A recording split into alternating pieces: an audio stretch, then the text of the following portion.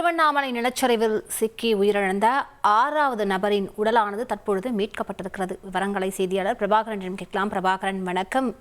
எப்படி அந்த உடலை மீட்டார்கள்? அந்த உடல் தற்பொழுது எங்கு வைக்கப்பட்டிருக்கிறது? அந்த இறந்த நபர் பற்றிய முழு விவரங்கள் என்ன? திருவண்ணாமலை வஉசி நகர் பகுதியில நேற்று முன்தினம் பார்த்தோம்னா மாலை வேளையில மண் சரிவு ஏற்பட்டு ஒரு வீட்டுக்குள்ள ஒட்டுமொத்தமா 7 பேர் சிக்கியிருந்தாங்க. அவர்கள 5 பேர் நேற்று மாலையோடு, நேற்று இரவு 10:30 மணியோட மீட்கப்பட்டிருந்தாங்க. எஞ்சிருக்கக்கூடிய ராஜ்குமார் மற்றும் ரம்யா, இவங்க இருவரோட உடலை தொடர்ந்து மீட்கும் பணியானது தற்போது வரைக்கும் நடந்து வந்துட்டு இருந்தது. சுமார் 30 மணி நேரத்திற்கு மேலா இந்த மீட்பு பணி நடந்து வந்துட்டு இருந்த நிலையில தற்போது தலை தனியா அதாவது இந்த இட்டாச்சி வாகனத்தில் பக்கெட்ல தலை மண்ணு நோண்டும் போது தலை தனியா விழுந்ததை நம்மால் பார்க்க முடியுது. தனியா ஒரு உடலும் இருக்கு.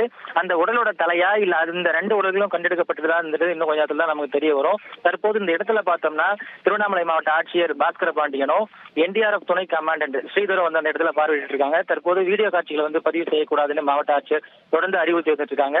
இது தொடர்பா செய்தியாளர்களுக்கும் போலீசாருக்கும் கடும் வாக்குவாதமும் ஏற்பட்டிருக்கு. இருந்தாலும் தொடர்ந்து இந்த பணி பொறுத்த வரைக்கும் நடந்து வந்துட்டு தான் இருக்கு. மீட்கப்பட்ட நபர் ராஜ்குமாரா அல்லது அந்த ரம்யா என்ற சிறுமியா என்பது இன்னும் சற்று நேரத்துல தெரிய வரும். விவரங்களுக்கு நன்றி பிரபாகரன். செய்திகளை உடனுக்குடன் தெரிந்து கொள்ள உடனே சப்ஸ்கிரைப் பண்ணுங்க.